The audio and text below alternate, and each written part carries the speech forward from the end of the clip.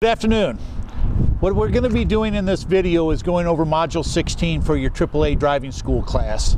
And we're going to go over some items that maybe will help you as you get ready to graduate from and get into driving your cars that you'll be a little bit more comfortable with once we go over a few items. My name's John Raymond. I'm the fleet manager for AAA Bob Sumerel. And I'm going to go through 6 bullet points with you, and we'll kind of break them down by section about some items, like I said, that would probably be beneficial to you as you get ready to go out and start driving. The first one that we're going to go over is how to check your engine oil. The second section will be checking your tire pressures. Third will be knowing where your spare tire and jack are. The fourth item will be learning to where you put your gas in, the gas tank filler, and the gas cap. We'll be talking about some warning lights on your dashboard that kind of have some indications that if there's a problem with the engine or with the car that you'll be able to understand, so you know you can get those problems looked at and solved. And lastly, we're going to go over a 36-point checkpoint that all AAA Bob Sumerels can perform on your vehicles. Once you graduate, you can come out and have your car looked at for free, and we'll make sure that you're roadworthy. So we're going to take a break right now. Your instructor is going to pass out this simple pamphlet, and then we'll go over the items one by one, and this should only take about 15 minutes, and we'll have you ready for the rest of your class. Okay, so we're going to be going over the first section and how to check your engine oil. So what you need to do is locate where that area of the engine is. So it's always underneath the hood. So the best place to do it is in most modern cars is there's a latch down underneath the dashboard, and you're going to pull that, and that will release the hood. So as Dan follows me here as we go along to do this, you're just simply going to come over to the front of the car. This is with the engine off. You always want to check your oil with the engine not running. And there's a second latch that is always underneath the hood, and you just open that latch up and the hood will open, and then just put the arm in it, and that will keep the hood secure for you so it doesn't fall down on you. Now when you're looking at the engine, and Dan, you can go right down on the engine, is there's always anything that has a fluid connected to it is usually indicated in yellow. So, but what we're going to focus on today is your engine oil. So what we're going to do is, again, with the engine stopped, have some type of a paper towel or a rag, and you're going to locate what they call the engine dipstick. And what you're going to do is just simply pull the dipstick out, and Dan, you can focus in on this, and you're going to see that there's oil on the dipstick, and all you're going to do is clear that off. And once that happens, it's going to indicate a full or a low level. Can you see that pretty good? All right. So then what you're going to do is you're going to go right back in and simply engage it to its stops, pull the oil dipstick back out, and you're going to see your oil level. Let me get it in the light here. And this engine oil is one, it's clean, and it's in the full area, so there's no need to do anything. If you pull this dipstick out and there's no oil on it at all, you're really low on oil and you need to have it attended to right away. So then you just wipe it clean, insert it back into the dipstick tube, and that's all there is to it. So in this section, it's basically simple, but all you want to do is make sure you check this probably once a month, maybe every 6 weeks, or if you see a light come on your dash, which you're going to learn about a little bit later, that's how you go about doing it. And then you're simply finished with that, you close your hood, and you're ready to go. So we're going to take a break here for some questions and answers with your instructor, and we'll be back for section 2 in just a second. Okay, for section 2, we're going to talk a little bit about how to check your tire pressures and all your tires. And again, if you look on your brochure, it will talk to you a few things about how important tire pressure is.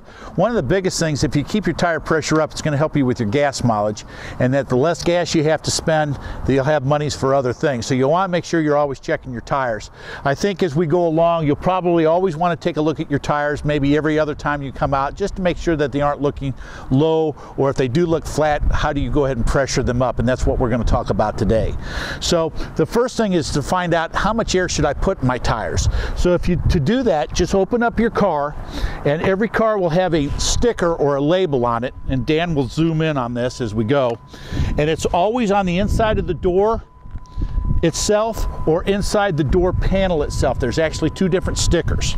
But today we're going to focus in on this one, and basically you're going to see what your tire sizes are, and then it's going to have what they call PSI number, and this one happens to be 32 pounds per square inch of air. So you're going to get 32 pounds of pressure in your tire, and that's what all 4 tires should be in this particular vehicle.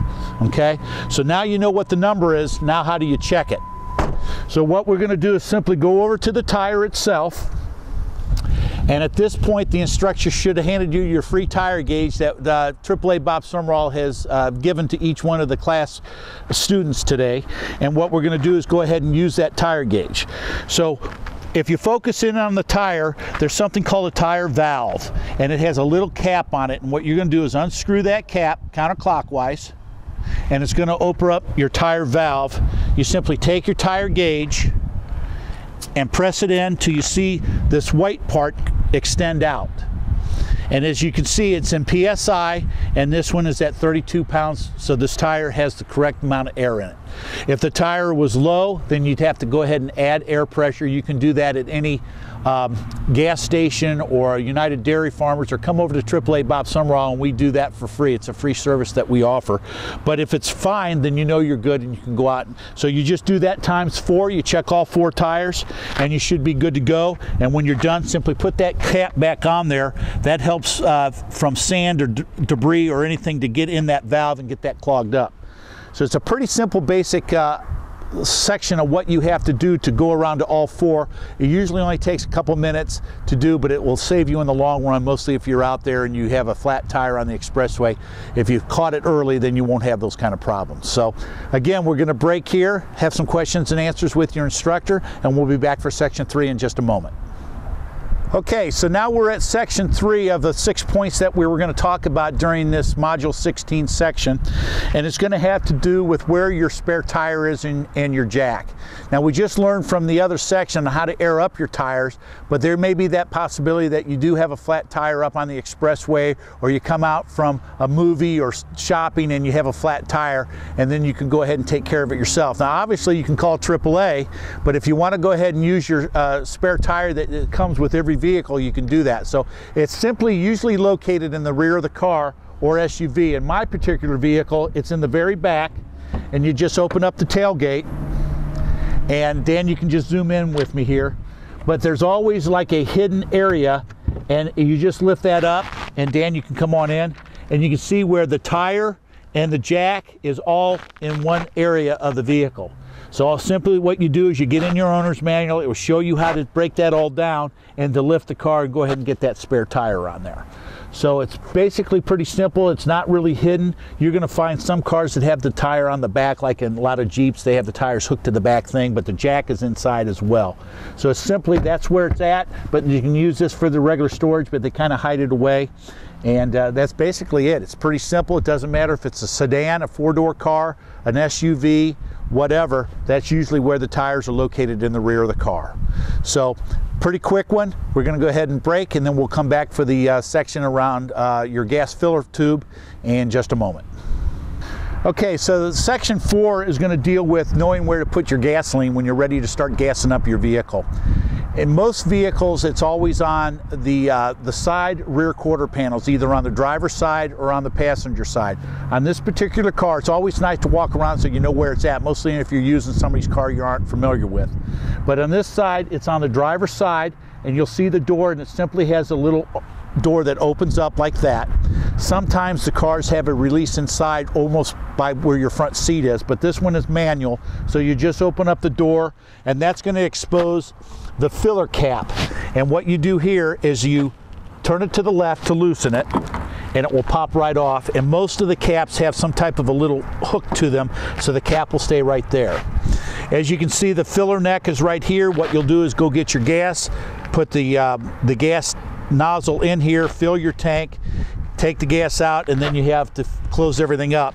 This is really important. You take your gas cap, you insert it, and you turn it to the right till you hear it click 3 times. 2, 3. If you click it a whole bunch, it's not going to hurt anything, but you want to make sure it clicks. This sets up the vacuum piece of this item so you don't have a check engine light come on or you have a performance problem. So you always want to make sure that you put that cap on till you hear it click 3 times at least. And then you simply close the door and you're ready to go. So that's it. Pretty basic and simple on this one. So we'll take a break and then we'll come back for the final 2 sections and we'll go over some lights and then go over a safety inspection, and module 16 will be completed. So back in just a moment. This section and what we're going to go over are some warning lights that could appear on your dashboard. If you look in your How to Drive book on page 47, you're going to see this picture exactly that has a whole bunch of different lights and what they can do. It can be a little overwhelming, a little confusing, so we're only going to focus in on 6 of those lights. And then if there needs to be further discussion, you can go ahead and do that away from this video, but I'm sure your instructor would be happy to go through whatever questions that you may have. The first one that we're going to start with kind of looks like a U with an exclamation point in it, and this is called a TPMS light, or tire pressure monitoring system light. This is the light that would tell you if you have low air pressure on those cars that are equipped with this type of an accessory. So if that light comes on, it usually will tell you that you have a low tire, and you got to make sure you go out and check all your tire pressures and get that up. Once you add air to your tires, that light will go off. So if that light comes on, you want to make sure you pay attention to it. The second light you're going to see kind of looks like a car engine with the word check in the middle of it. This light can be either yellow or orange in color, and this indicates to you, if it's lit up, that there's some type of an emission problem and it needs some attention. This could be, as I talked in an earlier segment, if you don't put your gas cap on correctly and all those 3 clicks, that could trigger a vacuum leak, and then that would trip this light. So you want to make sure that if that light comes on, it's important, and you got to make sure that you have somebody to look at it. Either tell someone in your household about it, or take it to a garage and we can go ahead and take a look at it for you for there. The next light that you're going to see is a service engine soon light, and this as well could be a orange or a yellow light, and it's simply a reminder light. So if your engine is ready for an oil change, this light may be lit up telling you that you need to get it in your owner's manual and find out what you need to do to have it serviced. And then you can again take it into any of your local car repair facilities or a AAA Bob Sumerel, and we can go ahead and get that light out for you with no problem. The light right under it is for your engine oil light, and we talked about that in the first segment on how to check your oil, but this would be the light telling you to go do that for sure. And it's usually red in color. It kind of looks like an old oil can with a drop of oil dripping off of it. And what you want to do there is, again, check your oil. If it's low, add, and this light should go out, so you should be able to take care of this light yourself. And then lastly is the temperature light. This is usually a red light, and if it's on, that means the engine does not have enough of antifreeze or coolant in it, and there's a chance that the engine could overheat. So you want to make sure that you have this looked at immediately.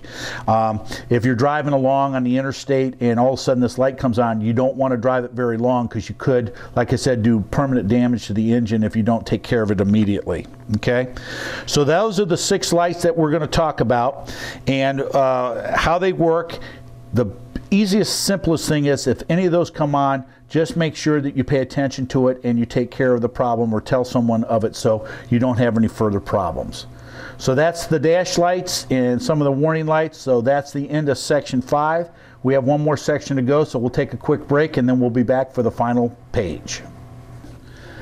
Okay, so the final section that we're going to go over is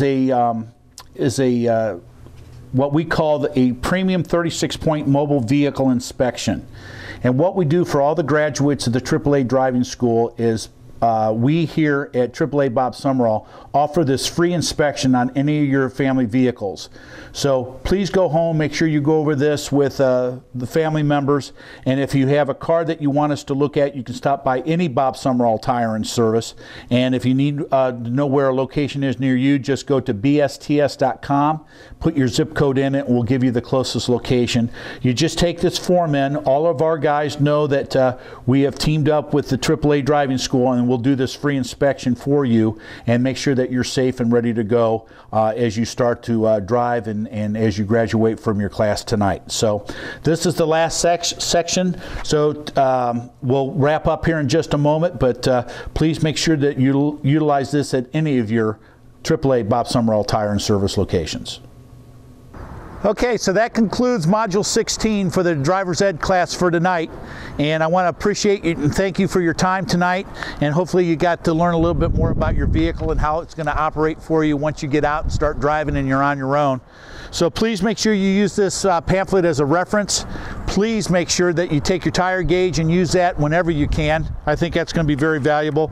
And of course, lastly is the very last page. Remember to stop by any AAA Bob Sumerel Tire Service for one of your free inspections, and we'll be happy to assist you guys any way we can to make sure that your vehicle's safe. And we wish you all the luck in the world and good driving.